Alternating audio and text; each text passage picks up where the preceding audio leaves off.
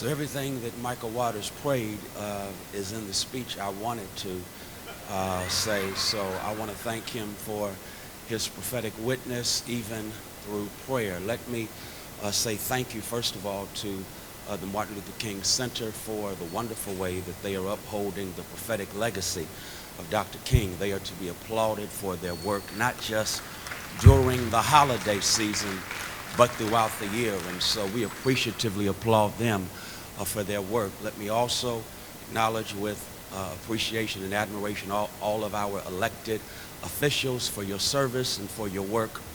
We are indeed grateful. Let me thank the members of Friendship West for showing up and showing out in such a wonderful way. Thank you for your presence. I must also acknowledge with affection and love my lovely wife. Thank you so much, Deb, for your presence and support. I have two council persons, Casey Thomas. I live in his district, and my church is in the district of Tanel Atkins. So I've got to shout out my council person so that the mic won't go off on me while I'm here. Our theme is powerful, and so I'm going to do what I can to address it. Our theme, of course, is reconciliation, moving the dream forward. Reconciliation, moving the dream forward. This appears, as far as I'm concerned, to be a remix of the title of Dr. Martin Luther King Jr.'s last book. His last book was a prophetic warning to what Maya Angelou calls these yet-to-be United States of America. The title of the book, his last book, is Where Do We Go From Here? Chaos or Community? Parenthetically, you will agree with me that evidently our nation has chosen chaos. As a consequence, Captain Chaos operates from the White House and is trying to hold our nation hostage while building a wall instead of building bridges. Captain Chaos is taking over this country, and the sad reality is Martin Luther King Jr., again in his last book, prophetically warned us that we were at a crossroads. We had a choice to make, chaos or community. Well, Dallas, according to our theme, at least during the celebration and commemoration of the life, legacy, and liberating love of the drum major for justice, Martin Luther King Jr., is daring to choose community, because our theme is what? Reconciliation, moving the dream forward. Again, a remix on the title of the last book of the drum major for justice, Martin Luther King. I've got to be honest and keep it real. My sisters and brothers, when I received the theme and the invitation, I said, for real, Dallas wants to deal honestly with reconciliation. For real, Dallas wants to talk about moving the dream forward. Dallas, are you serious? This is Dallas, a city that has held up the nightmare of Dr. King, while in a real sense speaking with wonderful words about the dream of Dr. King. Dallas wants to deal with reconciliation. Are you playing, Dallas? Are you serious, Dallas? Do you know how true and serious this theme is? This theme, if we take it seriously, will liberate us from chaos and move us toward community. Dallas, are you for real? Are you talking about community and reconciliation? After all, we are talking about Dallas. I'll see if I can make this real plain.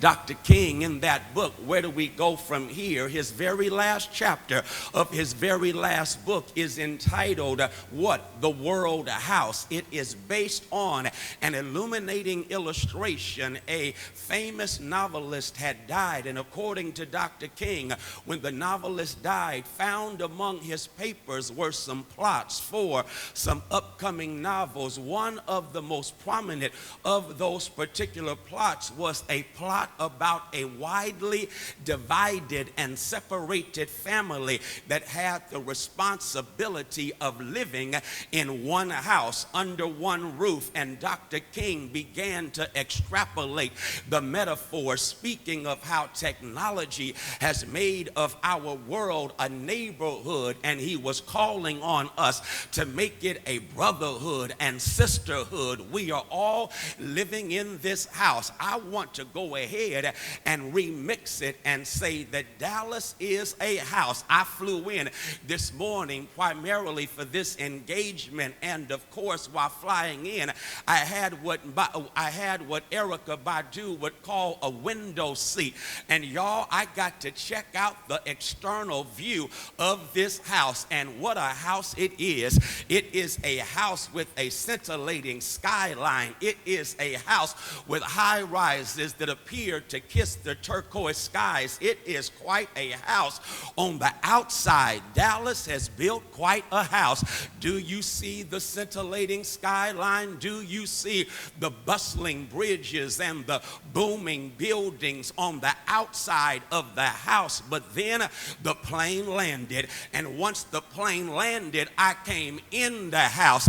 And now that I am in the house, I've got to talk not about what we see outside the house, but we've got to deal with what's inside the house, because inside the house there is a penthouse for those who are up and in at the expense of those in the basement of impoverishment who are down and out. Dallas likes to call itself a first-class city, but sadly there are those who are living in third world conditions.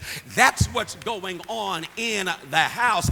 And so Dallas, are you for real? For real? We are in this house, and in this house, you know what happened last year? We were called out by the Urban Institute that looked at the division and lack of inclusion in Dallas, and out of 274 cities with populations in excess of 100,000, Dallas is number 274. That's what's going on in the house. In the house, you have a city that is divided by north and south, and as a consequence, 14% of all employment is on the south side, 86% is on the north side. It's Tanel Atkins, as you say, a tale of two cities. Since you didn't get Tale of Two Cities, let me go with 50 Cent. 50 Cent, I think, has a program called Power, and in Power they open up with this song, "It's a Big Rich Town. I just come from the poorest part." And y'all, that's what we're saying, because you've invited me down to City Hall. Thank you for the invite, but I'm here to let y'all know now that I'm in the house, it's a big rich town, and I pastor on the poorest side. And with that being the case, if we're going to get real about reconciliation, if we're going to keep it 100 about reconciliation, I think it's really nice that you're going to have a resolution in honor of Dr. King in just a matter of moments. But my question, Dallas, is will you move from resolution to reconciliation? Because to get from resolution to reconciliation, it's going to mean that we've got to keep it real and we've got to be radical. There it is. Keep it real and we're going to have to be radical. Y'all invited me, so I'm about to go there. And since we're going to keep it real and be radical, please understand, my sisters and brothers, that Dallas, in a real sense, on the one hand, has to keep it real. I like that right there, because reconciliation, oftentimes we like to cheapen it, and we talk about coming together in unity while we don't change the structures and the systems that preclude unity. Y'all do recognize that outcomes are the result of unjust structures. It's not about someone being mean to you and calling you the N-word. It's about systems and structures that are unjust and treat you like the N-word. And until we deal with systems and structures, we're just hypocritically playing games with the dream of the drum major for justice. And so I'm here to say, let's keep it 100. That's what the hip-hop community would say, because we got to keep it 100 and hear the words of, who is it, Lauryn Hill, when she talks about black rage is founded on blatant denial, squeezed economic subsistence, survival, deafening seeking silence and social control. Black rage is founded on wounds on the soul. You may not get it, but there is rage in these streets because of systems and structures that are unjust. Dallas, it's something wrong when we have to leave the south side of town to get oncology services in this city because they're only on the north side of town. It's a big, rich town, but we in the poorest part, claiming to celebrate the dream of Dr. King. You can't move the dream forward as long as we are a tale of two cities. We can't dream the move forward. We can't move the dream forward as long as there are those who see police as those who serve and protect them as their personal security, and others call the police, and it's really a game of Russian roulette. I'm trying to let you know, my sisters and brothers, in honor of both them, John, Michael Waters, say his name, who got killed in his own apartment complex. It's time for accountability where we see in our community that police are our partners and not our predators. And that won't be done until there is a new system of police accountability in this city. Yes, we got to keep it 100. Y'all not feeling me, but I got to really go there. Can we keep it 100 like the Queen of Soul? I know we like to leave her singing R-E-S-P-E-C-T, but y'all do know she was also an activist. As a matter of fact, she used her gifts and her platform to make sure that Dr. King and SCLC received funding. And one time she upset her father, the great Dr. C.L. Franklin, because she had the nerve to raise money for Angela Davis. And when her father found out, he was upset. And here was her classic response. She said, "So I've been arrested in Detroit for disturbing the peace. And I've discovered sometimes you got to disturb the peace when you can't get no peace." And I'm simply trying to say, if we're going to honor Martin Luther King Jr., I hope someone will say we can't have unity unless somebody is willing to disturb the peace. You disturb the peace because you're sick and tired of a status quo that leaves you sick and tired. Preach, Freddie Haynes. I'm trying not to, but I'm getting close. I'm simply trying to say, Dallas, we've got to keep it 100. But then not only must we keep it real, we've got to dare to be radical. I like that word, radical. Some of y'all scared of radical, but when you etymologically unpack the word radical, Shirley Isom Newsom, you already know where I'm going. The word radical means to get at the root of what's wrong. The word radical means you've got to uproot what is wrong if you want things to get right. And all I'm trying to say, Dallas, a resolution is cute and cool, but make sure the resolution includes repairing what you broke, because we're here in Dallas, according to the brilliant author of The Color of Law, because public policy ensured that black people would be positioned or segregated into communities that were floodplains. Black people would move into communities that were then divested. Black people and brown people find themselves going to schools that are underfunded, overcrowded. Why? Because all of that is the result of public policy, and a resolution is not going to get rid of a policy that has left our community broken. If you're going to honor Dr. King, don't live in his nightmare, but really push for his dream of justice in public policy.